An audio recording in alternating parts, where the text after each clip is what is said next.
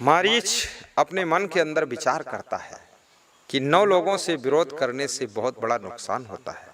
सफलता तो सफलता, शरीर भी नहीं रह जाता है, जिंदगी भी समाप्त हो जाती है। 9 कौन लोग? शस्त्री, जिसके हाथ में शस्त्र हो, अस्त्र हो, उससे विरोध नहीं करना चाहिए। हाथ में तलवार लिए, बंदूक लिए, रिवॉल्वर लिए झगड़ा करोगे, गोली मार देगा, तलवार खींच देगा, गर्दन कट जाएगी। इसलिए वहां समता ले लीजिए। मर्मी, जो तुम्हारे मर्म को जानता, भेद को जानता है, तुम्हारी कुछ गुप्त बातों को जानता है, जिन बातों के खुलने से तुम फंस जाओगे चक्कर में, उससे विरोध मत कीजिए, लड़ाई मत बढ़ाइए, ताकि तुमको वो धराशायी न कर सके। जैसे मर्म को जानने वाला लंका घर का भेदी लंका ढावे, विभीषण लंका का सब मर्म जानता था, रावण ने उसको दूर कर दिया, लात मार दिया, अपमान किया। ऐसे निकाल देता ठीक था, लात ना मारता, लेकिन लात मारा तो उसे बहुत दुख लगा। तो फिर वो मर्म जानने वाला राम से मिल गया जाकर और बताया कि नाभि में अमृत है, इसके नाभि में बाण मारो। नाभि में बाण मारा, जिस बाण से रावण की मृत्यु हुई थी। इसलिए मर्म जानने वाले व्यक्ति से विरोध नहीं करना चाहिए, समता से रहना चाहिए। शस्त्री, मर्मी, प्रभु शठधनी और प्रभु यानी स्वामी, जो तुम्हारे इष्ट देव हैं, जो तुम्हारे गुरुदेव हैं, जो तुमको जीवन का ज्ञान सिखाने वाले हैं, उनसे विरोध नहीं करना चाहिए। उनसे विरोध करने से उनका आशीर्वाद नहीं मिलता है और वे दुआ नहीं देते हैं, तुमको ज्ञान भी नहीं देंगे, तुम भटक जाओगे, तुम्हारा पतन हो जाएगा। इसलिए उनसे भी विरोध मत कीजिए, उनसे प्रेम रखिए। सठ माने दुष्ट, दुष्ट से भी विरोध मत कीजिए। दुष्ट का क्या भरोसा, क्या ना गलत कदम उठा दे, तुमको बर्बाद कर देगा, उससे भी विरोध मत कीजिए। प्रभु सठ धनी, धनवान से विरोध मत कीजिए। पैसा वाला, पैसे में बहुत ताकत होती है, किसी को 10 लाख दे देगा, तुम्हारा मर्डर हो जाएगा, किसी को 50 लाख दे देगा, तुम्हारा कुछ भी गड़बड़ हो जाएगा। इसलिए धनवान से भी विरोध नहीं करना चाहिए, धनवान से गम खा लेना चाहिए। वैद्य बंद, वैद्य माने डॉक्टर, डॉक्टर से विरोध मत करो, नहीं तो कभी बीमार होगे। लड़ाई तो नहीं करेगा तुमसे, पर पॉइजन का इंजेक्शन दे देगा तो मर जाओगे। डॉक्टर से समता रखना चाहिए, न जाने कब उसकी जरूरत तुमको पड़ जाए। बंद, कवि भानस गुनी, और जो बंदी कवि हैं, बंदी जन कवि, जो लोग बंदी जन होते थे प्राचीन समय में, उनको बंदी जन कहते थे। वो कविता बनाते थे, जिनको शायद भाण कहा जाता था या कुछ और कहा जाता था, तो कविता बना करके गाते थे। उनसे भी विरोध मत करो, नहीं तो तुम्हारे नाम से उल्टा कविता बनाकर गा देंगे, तुम्हारी बेइज्जती हो जाएगी, हंसी कर देंगे, मजाक मार देंगे। कवि वैद्य बंद, कवि भानस गुनी, भानस कहते हैं भंडारी को, जो भोजन बनाता है, रसोइया है, उससे झगड़ा लड़ाई मत करो, नहीं तो अच्छा भोजन नहीं बनाएगा, नाराज हो जाएगा, देर में लाएगा और मुंह फुला लेगा और बताएगा बीमार हूं, तो तुम्हें खाना नहीं मिलेगा। इसलिए इसलिए उससे भी झगड़ा झंझट मत करो, शांति रखो, समता रखो।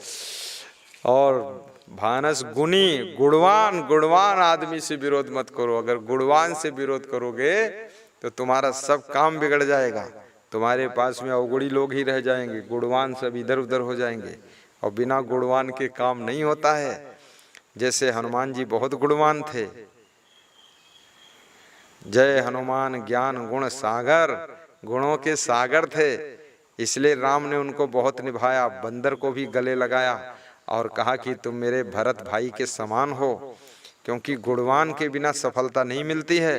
केवल आपके अकेले गुणवान होने से काम नहीं चलेगा, आपका बेटा, आपकी बहन, आपके भाई, आपके घर की स्त्रियां सभी यदि गुणवान हैं, बहुत विकास होगा। आपके गुरुजी, आपके चेला, आपके गुरु भाई, आपके भक्तगण, ये सब अगर गुणवान हैं तो विकास बहुत होगा। इसलिए गुणवान को संभाल कर रखना चाहिए, गुणवान से विरोध नहीं करना चाहिए और गम खाना चाहिए। गुणवान को भी गम खाना चाहिए, क्योंकि तुम्हारे गुणों का प्रयोग भी अकेले नहीं होगा, तुम्हारा गुण भी धरा रह जाएगा, तुम भी भटकते रहोगे इधर उधर। गुणवान को भी अहंकार नहीं करना चाहिए कि हम गुणवान हैं तो हम बहुत खिलाड़ी हैं, इसलिए सबको चटनी बना देंगे, ऐसा नहीं है। एक आदमी का गुण दूसरे आदमी के गुण के साथ में ही प्रयोग होता है। जैसे मान लिया आप में गुण है माइक चलाने का, लेकिन माइक में बोलने वाला कोई होगा तभी तो माइक चलाओगे। बोलने का गुण वाला, जिसमें बोलने का गुण है वो व्यक्ति नहीं मिलेगा तो माइक चलाने की जरूरत ही नहीं पड़ेगी। तो बोलने वाला है, बोलने का गुण आप में है मान लिया, लेकिन कोई माइक चलाने वाला नहीं है, माइक चलाने के गुण वाला कोई व्यक्ति नहीं है, तो माइक नहीं चलेगा तो बोलोगे कैसे? बोलोगे दूर तक आवाज नहीं जाएगी। इसलिए दोनों के गुणों का प्रयोग साथ में जुड़ने से होता है।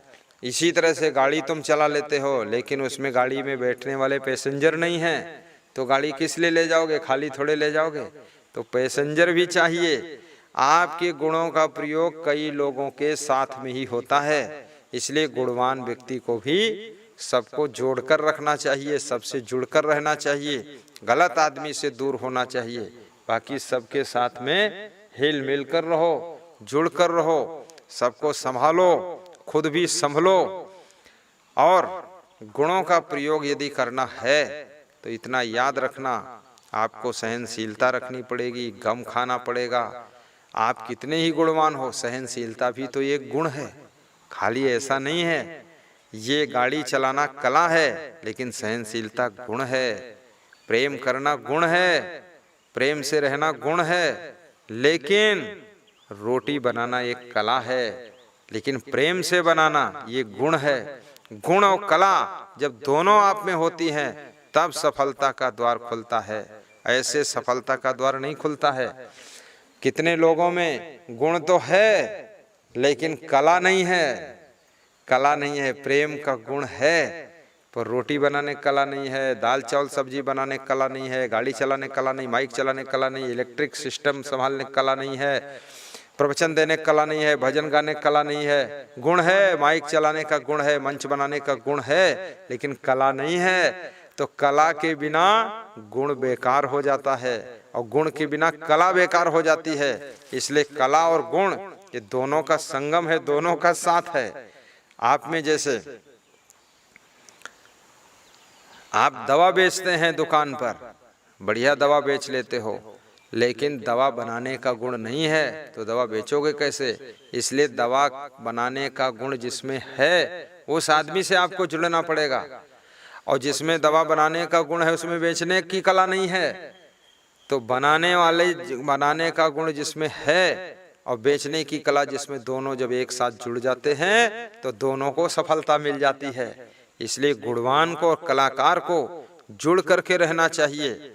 और जिंदगी में हर गुण की आवश्यकता है, हर कला की आवश्यकता है, और हर कला हर गुण आप में नहीं है। तो इसलिए और लोग जो कलाकार हैं उनको जोड़ना पड़ेगा, और गुणवान लोग हैं उनको जोड़ना पड़ेगा। अगर उनको नहीं जोड़ पाओगे तो आप सफल नहीं हो सकते हैं। और सफलता गुणवान को भी चाहिए, कलाकार को भी चाहिए, सफलता हमको भी चाहिए, तुमको चाहिए, सबको चाहिए। सफलता की जरूरत सभी को है। ऐसा नहीं है कि तुम बोलते चले जाओ हमको नहीं जरूरत है, हमसे कोई मतलब नहीं है। ये तुम्हारी बात झूठी है, ये तुम्हारी बात जोश भरी, अहंकार भरी है, ये बात में दम नहीं है। सबको जरूरत है, खाने पीने की जरूरत है, सोने की जो गद्दा, रजाई, मच्छरदानी, साबुन, तेल, चंदन, चप्पल, जूता, चश्मा, सबको जरूरत है। चलने के लिए गाड़ी की जरूरत है, ठंडी में रजाई की जरूरत है, गर्मी में पंखा, कूलर, एसी की जरूरत है, बीमार होने पर दवाई की जरूरत है। जरूरतें सबको हैं। क्रोध में मत बोलो हमका कोई जरूरत नहीं, हमसे कोई मतलब नहीं, तुम जानो तुम्हारा काम जाने। अरे हम जानी हमारा काम जानी, लेकिन तुम जानो तुम्हारा काम जानी।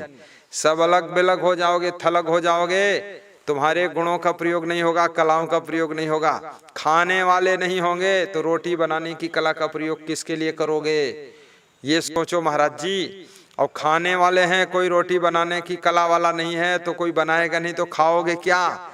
इसलिए रोटी बनाने की कला जिनमें है उनको भी धन्यवाद दीजिए, और जो खाने आए उनको भी धन्यवाद दीजिए कि आपको भी बहुत बहुत धन्यवाद है जो हमारी कला का सदुपयोग हो गया आपके आने से।